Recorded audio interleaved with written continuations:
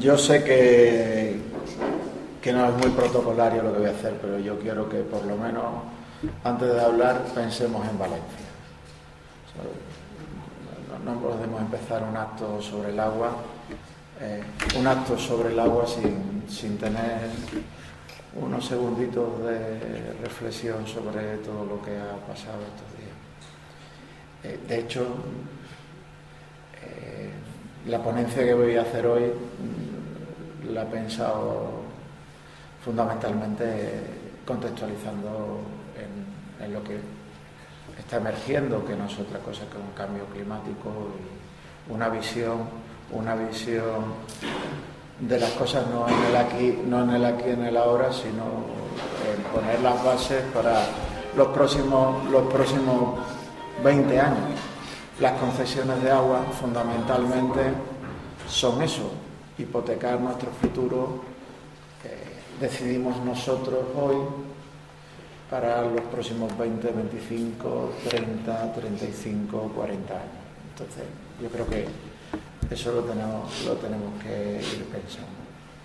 Lo segundo que quiero hacer es agradeceros vuestra presencia. Creo que en la sociedad actual, donde somos todos consumidores más que otra cosa, donde prácticamente nuestros actos solo son determinantes en política cada 4 años, que haya personas que sacrifiquen su tiempo libre en pro de los demás, que además estas personas puedan ser criticadas por hacer cosas. Es honroso por mi parte reconoceros que sois unos auténticos héroes y heroínas, sobre todo porque lo normal y lo que se espera de vosotros es la pasividad. Entonces, solo el hecho de estar reflexionando, sacrificando vuestro tiempo, pensando en los demás, creo que es importante en un tiempo de absoluta mediocridad. Lo que yo os voy a exponer va en relación a lo que os dije al principio, el contexto en el que vivimos. De hecho, le he llamado agua, emergencia climática, la gestión del agua como un bien común. A ver cómo le voy dando a esto. Creo que se va bien. Sí, ¿no? Bueno. Siempre señalo que de todo lo que cotidianamente en la agenda política más nos puede repercutir, pueden ser cosas como los precios del aquí y el ahora, puede ser cómo estamos en las situaciones económicas del aquí y el ahora, de nuestros diferentes modelos, estilos de vida, las decisiones que tomamos, algunas intrascendentes, otras trascendentes sobre nuestra vida. Sin embargo, el verdadero elefante en la habitación para la especie, en definitiva somos una especie, es el cambio climático. No, de nada va a servir nuestros cambios tecnológicos, de nada va a servir nuestras decisiones individuales si de verdad no tenemos el horizonte de minimizar los impactos que vamos a tener ante la situación que ya empieza a dar síntomas claros de evidencia de que está aquí, y que esas decisiones no las vamos a poder tomar dentro de 50 años, sino que ya deberíamos de estar tomándolo, cada uno indudablemente en la escala que nos repercute.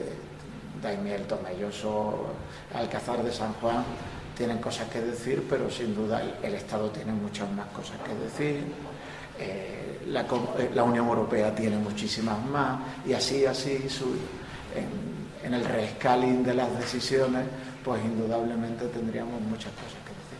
Pero lo que sí está claro es que hay una relación clarísima entre el cambio climático y el agua. Sin duda, la subida de temperatura nos va a limitar en todas las situaciones. De hecho, hay un acuerdo científico generalizado sobre cómo de alguna manera va a ser la evolución climática. De alguna manera hay un consenso sobre los escenarios. Y eso es prácticamente, cuando hablamos en términos estadísticos, de más de un 80 y tantos % de científicos que avalan esto, Cuando decimos en España, todo el mundo tiene un televisor. Estadísticamente supone el 90% de los españoles.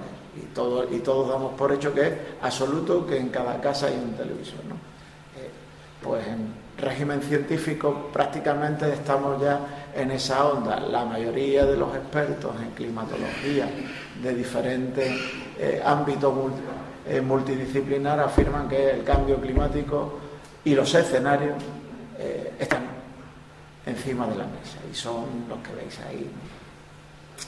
Lo que no parece que haya un consenso y es positivo es sobre el alcance en sí mismo.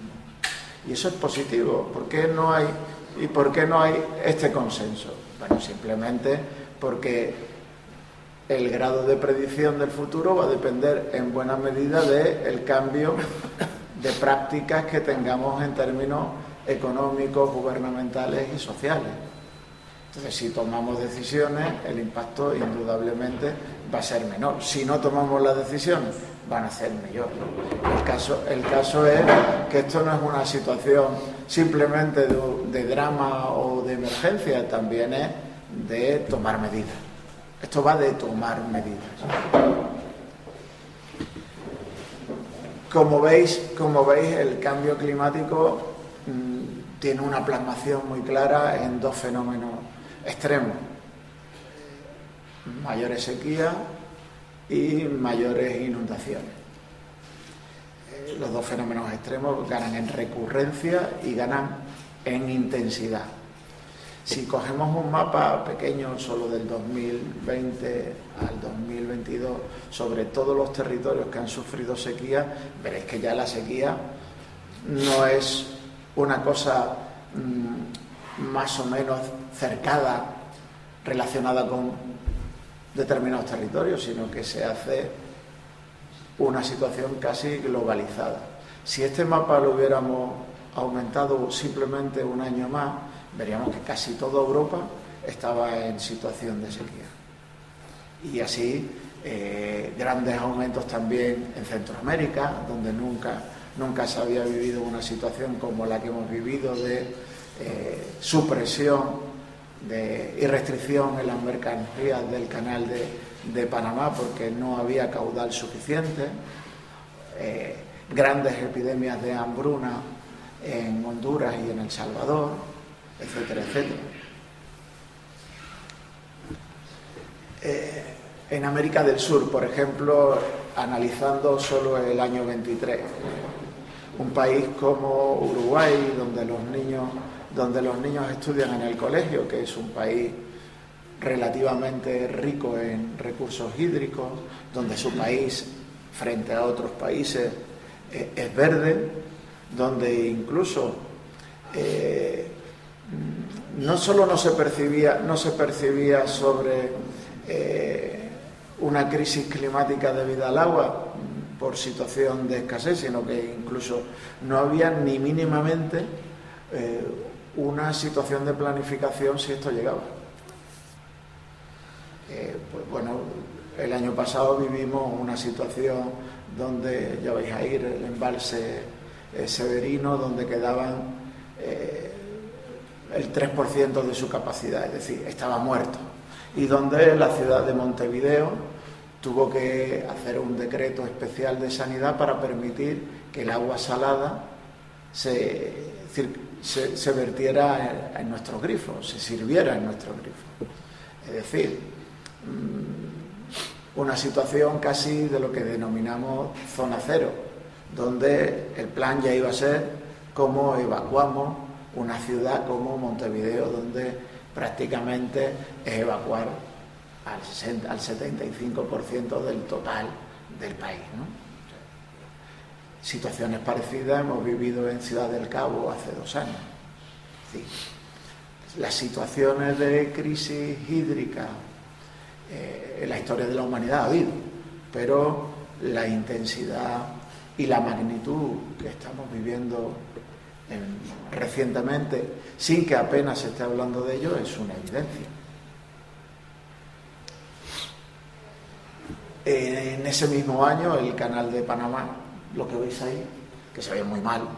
Son todos los barcos que estaban esperando entrar al canal porque no había caudal que les permitiera. Entonces estaban restringiendo a medida que iba llegando los caudales, lo estaban virtiendo para poder meter mercancías. Recordar que el 90% de las mercancías que hay en el mundo de destino turístico, de alguna manera el 60 y tantos por ciento pasan por el canal.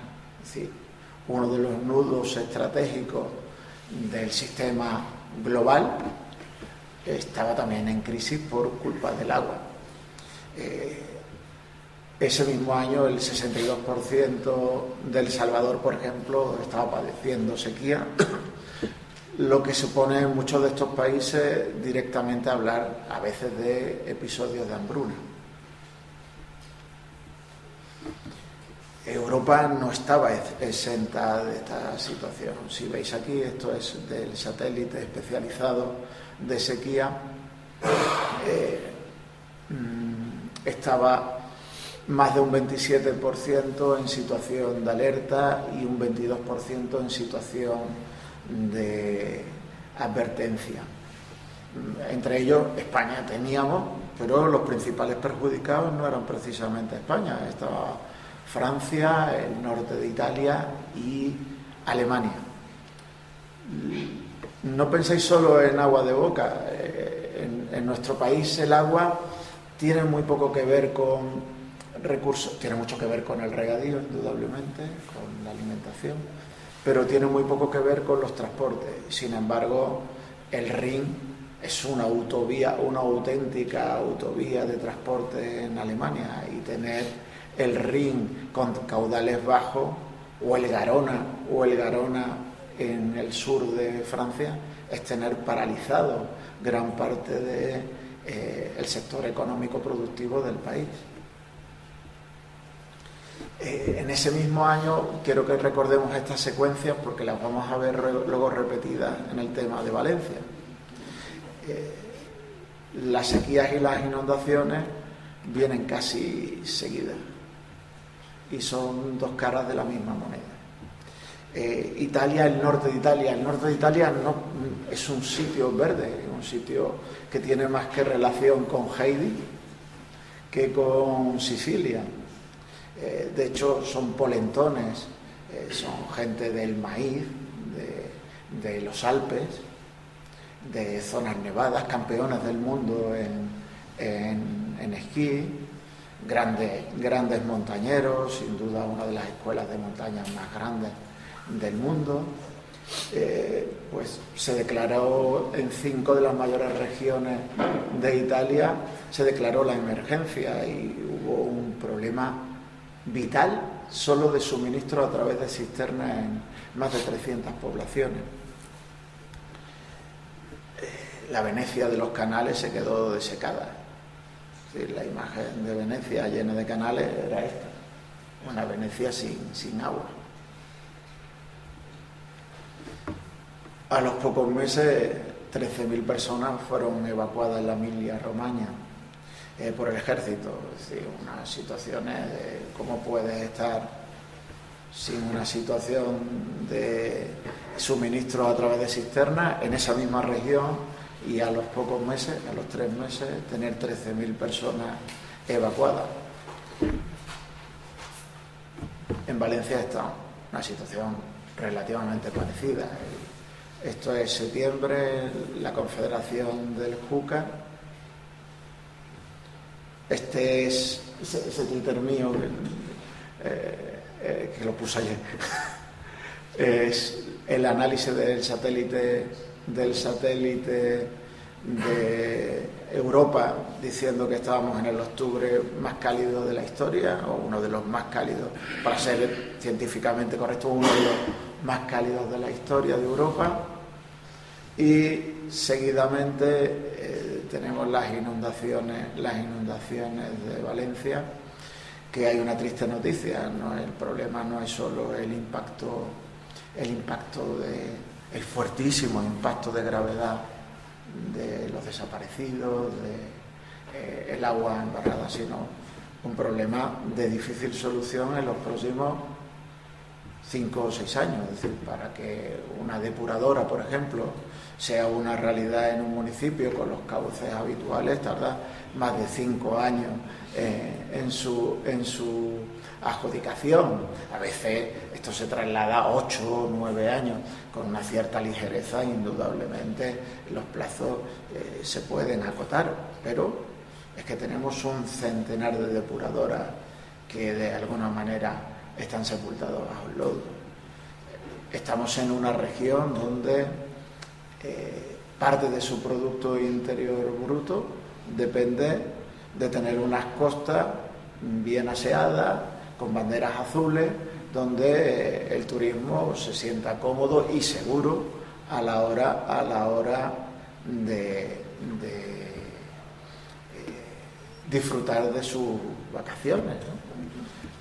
Claro, en un país tremendamente dependiente del turismo, tremendamente frágil en lo climatológico, yo creo que de todo esto deberíamos de tener todos conciencia, que el medio ambiente no es como una etiqueta, no es como en los muñequitos de la tarta de los novios, ¿no? Es decir, el acto secundario, ¿no? Sino que es la relación de los que se van a casar, la parte vital. Y nosotros debemos de exigir que las proyecciones, las decisiones que se tomen en torno al agua, a la energía, al planeamiento de nuestras ciudades, la movilidad, tengan una proyección del fenómeno ambiental, del cambio climático, y que esto además no tiene una proyección del aquí y el ahora, sino que se tiene que proyectar en los próximos 20, 30 años. Claro que nos encontramos si tenéis que interrumpimos, esto no es una charla, no quiero que sea una charla al uso. Bueno, pues indudablemente el cambio climático nos va a dar unas variables climáticas en cambio progresivo, con temperaturas medias, precipitaciones, etcétera, que van a estar en cuestión. Va a ser, como lo hemos visto, mayor frecuencia y severidad de los eventos extremos, inundaciones, olas de calor. Es decir, la transpiración va a ser una cosa significativa.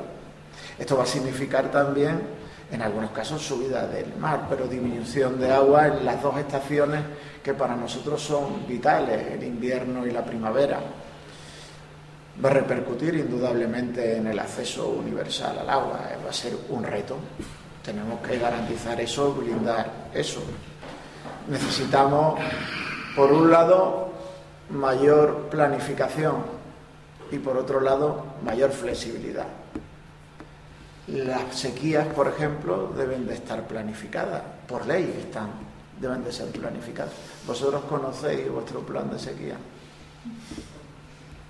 Difícilmente vais a poder tener un consenso de cómo actuar en la sequía si ese documento no se hace público, no se ha elaborado por todas las partes, no se saben las reglas de cómo actuar, ni siquiera le podemos decir a nuestros hijos en el colegio cómo debemos de actuar ante este riesgo, ¿no? Eso ya vendrá. Tenemos también que tener unos planes especiales de emergencia por inundación.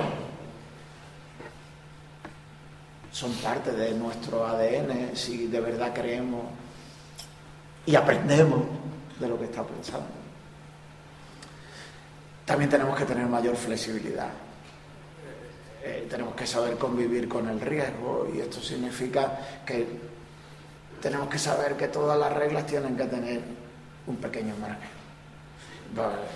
En términos de planificación significa que si nosotros hemos decidido tener un plan estratégico donde vamos a invertir X dinero en inversión, en hacer infraestructura, en garantizar el futuro, pues quizá si viene una sequía o una inundación, esos parámetros de planificación vamos a tener que reajustarlos.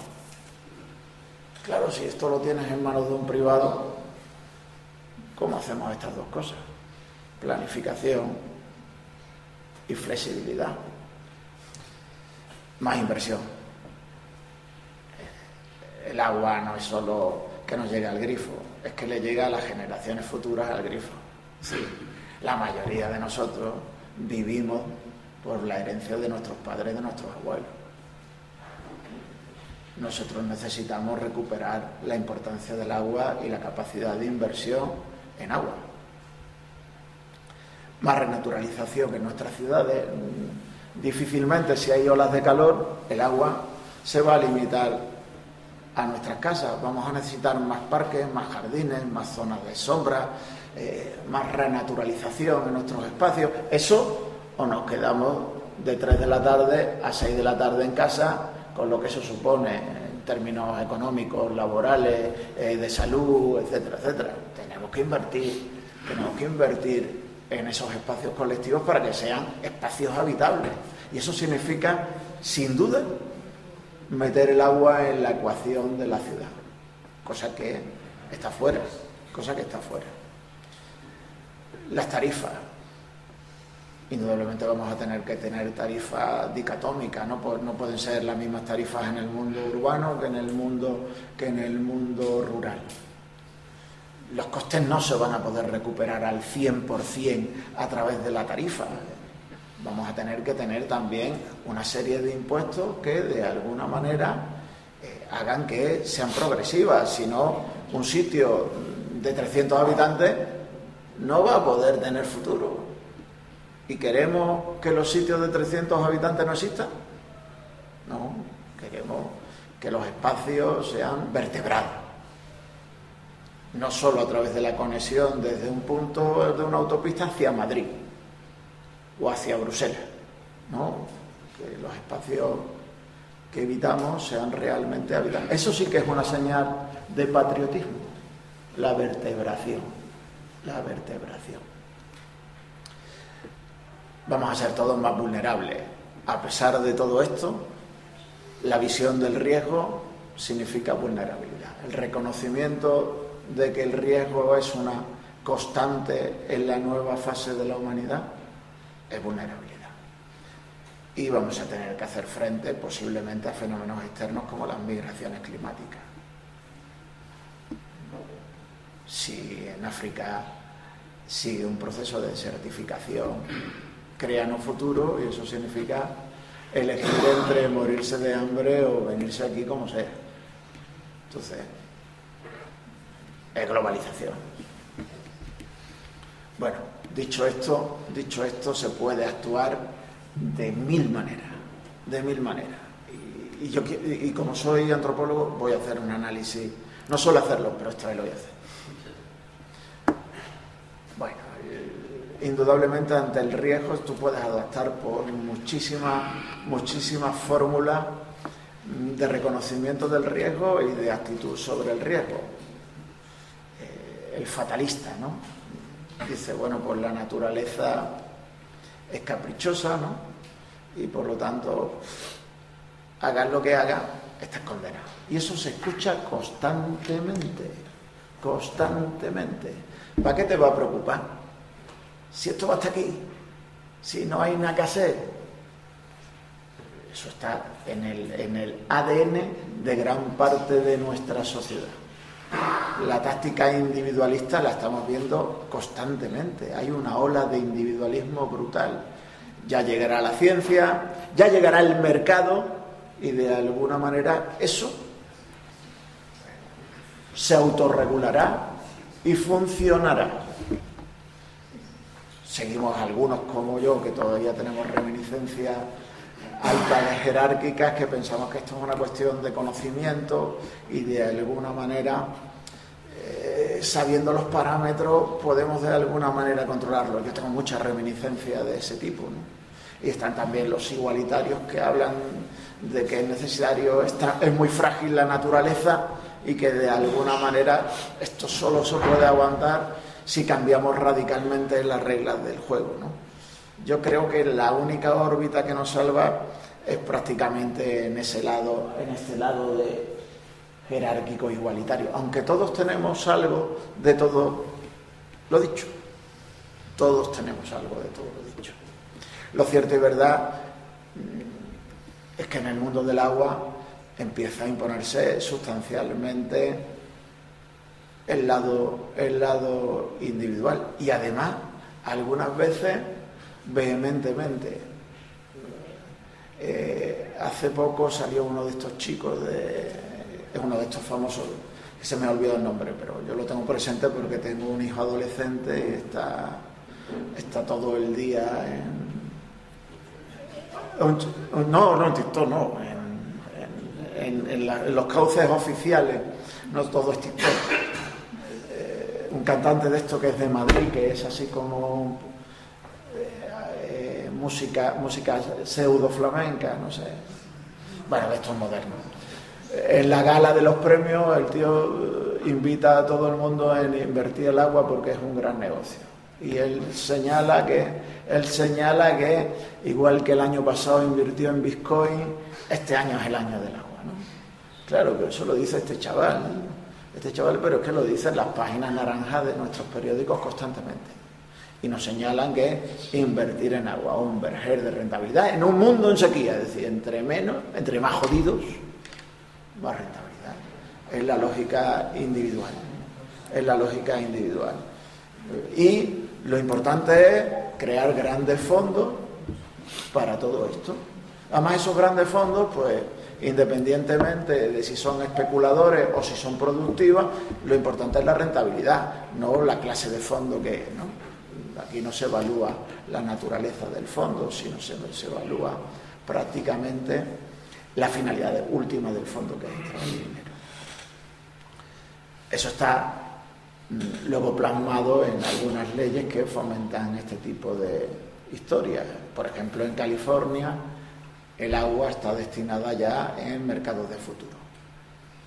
O sea, hay una cierta institucionalización de esto que hasta hace muy pocos años todavía se pensaba que era una cosa del Estado, de los municipios, de las administraciones, de los ciudadanos, a una situación de un bien como otro cualquiera, susceptible de especular y por lo tanto susceptible de tener alta rentabilidad.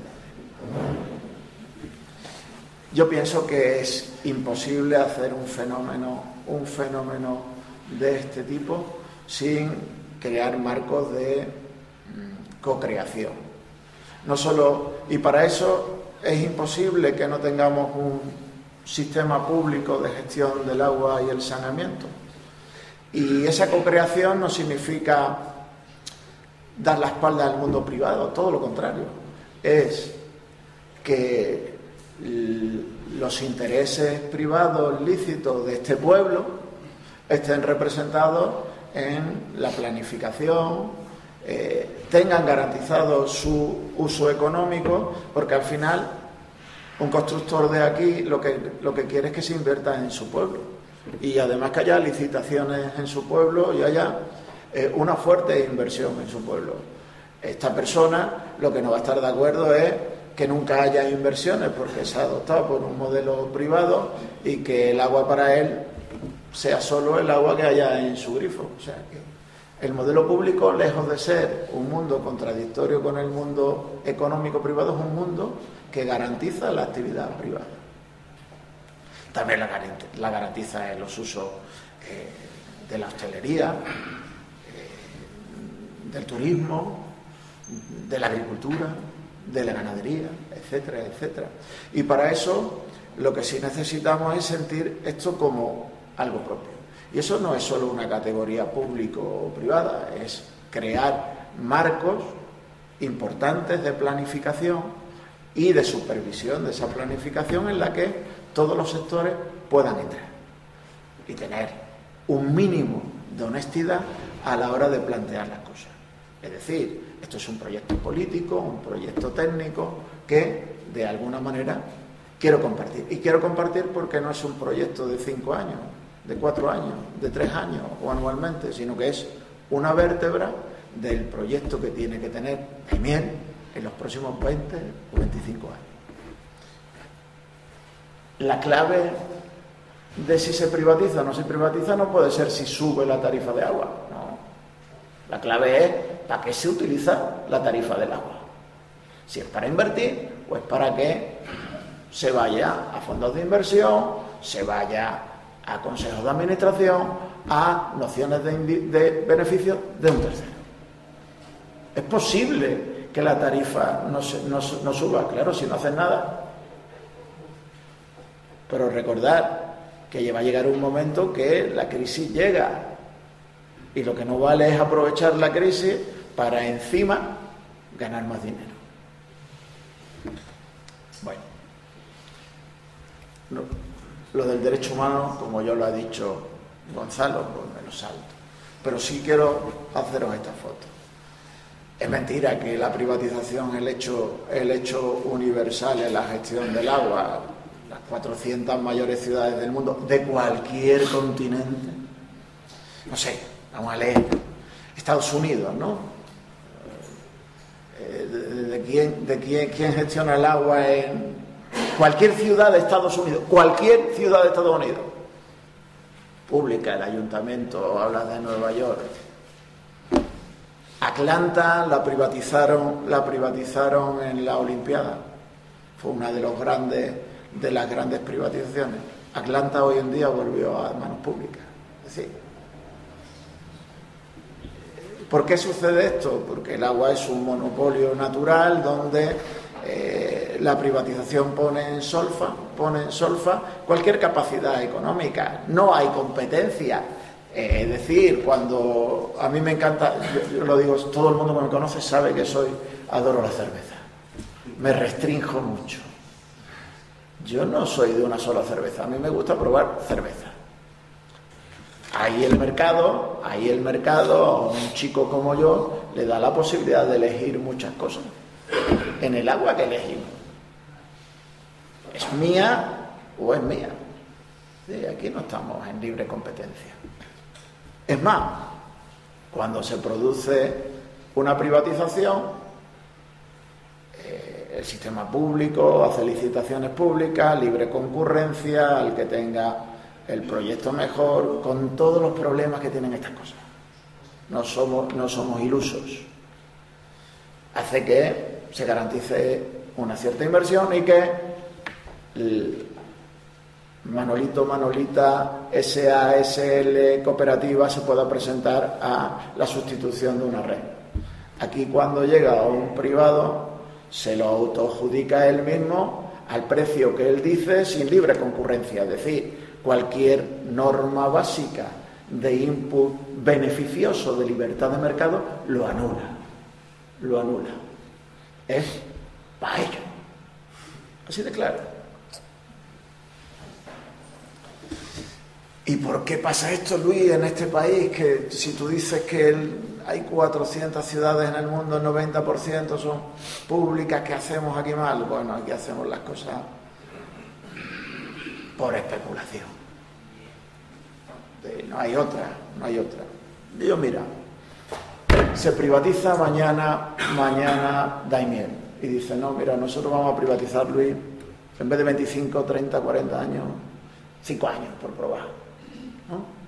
Pero es que además vamos a tener aquí una brigada de control sobre esta gente letal. Y además, ellos tienen que hacer un plan de inversiones brutal. La tarifa va a subir esto, pero va encomendada a los proyectos que tienen. No.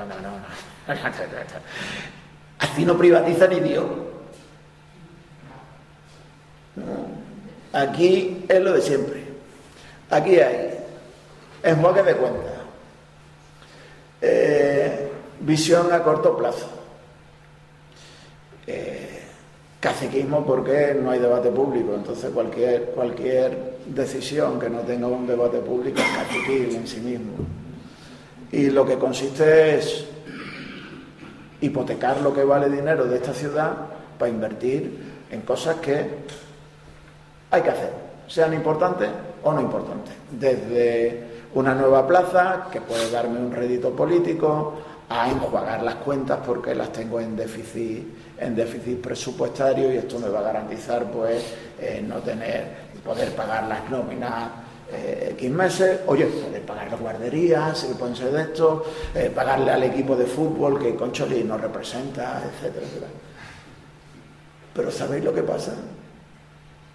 Que eso no es inversión, que eso es hipotecar. Hipotecar. Si realmente pensamos que el cambio climático es el elefante de la habitación, que vamos a necesitar mayor inversión, planificación, flexibilidad, que van a subir las tarifas porque es parte, si queremos invertir, pues todo esto está muy lejos. Por eso en España se privatiza tanto, porque es que los incentivos son cojonudos. Si yo como alcalde hipoteco en mi legislatura, tomo la decisión para 20, 25, 30, 40 años, pelota al cielo, pelota al cielo. Yo no voy a rendir cuenta para los próximos 45 años. Si además ese dinero que recibo no lo tengo que invertir en el agua ni en el saneamiento, que no me da un voto. Al revés, tienen que abrir la calle para poner saneamiento, por favor, por favor. Invertí en agua, ya se verá. Y sin embargo puedo tener un polideportivo con Cholil, aquella plaza que la tenemos arruinada, la puedo poner. Incluso, fíjate, en Jerez o en Huelva, los que somos devotos de la Virgen del Rocío, le hago un monumento a la Virgen del Rocío. O le doy dinero al Jerez Deportivo. Con Cholil, eso sí que me aupa. Ese es mi carta para las próximas elecciones. ¿Vale? Esa es la realidad de por qué aquí se privatiza el agua. Luego vienen los problemas. Porque ya no es solo el problema de la ineficacia, sino de la laxitud que tiene ese gobernante. La responsabilidad del agua y el saneamiento en última instancia son responsabilidades municipales. Y para vender esto a un buen precio, entre menos controles mejor. Porque solo es negocio o buen negocio, o solo te van a pagar mucho dinero si el burro anda. Si el burro no anda, el precio es peor. Por lo tanto, yo no le voy a poner inversiones, no les voy a decir que en los próximos 20 años hagan planificación, no les voy a decir cuánta es la inversión para tener estos futuros. No, eso fuera de la ecuación. Que sea poquito, 5 millones de euros, 2 millones de euros para los próximos 20 años, 2 millones de euros para los próximos 20 años. Mira, Torrent, un municipio en zona cero de Valencia, solo está pidiendo en la riada la multinacional 60 millones por la sustitución. 60 millones solo. No vamos a hacer un documento técnico entonces de inversiones, ¿para qué? ¿No? De necesidades, ¿para qué? Lo que sí vamos a hacer es un análisis de cuántas ovejitas doy para el pastor las cuide. Entre más ovejitas, más le voy a pagar, más me va a pagar a mí el pastor, porque va a producir más lana, más queso, etcétera, etcétera. Entonces, lo único que importa aquí es el número de clientes que se tengan, no los ciudadanos, sino el número de clientes. Entre más proyecciones demográficas tengan, más dinero voy a tener. Por lo tanto, lo único que me interesa a mí es recibir cuanto más dinero mejor. Con lo cual, en última instancia, entre menos controles de técnicos municipales, mejor. Porque ¿cuántos técnicos municipales necesitaría si de verdad vamos a controlar el servicio? Una brigada. No, lejos de tener menos responsabilidad, ahora tendría muchísima más responsabilidad. ¿Dónde están los datos de estos últimos 20 años de Daimiel en el agua? ¿En el ayuntamiento? Con lo cual, la laxitud y la desinversión son factores consustanciales de este modelo de privatización. Y bueno, acabo como empecé. Gracias por estar aquí, porque en definitiva todo aquel que lucha por el bien común desde diferentes perspectivas, voluntades, ideologías, significados, símbolos, es bienvenido si de verdad queremos combatir con lo que se nos viene encima. Muchísimas gracias.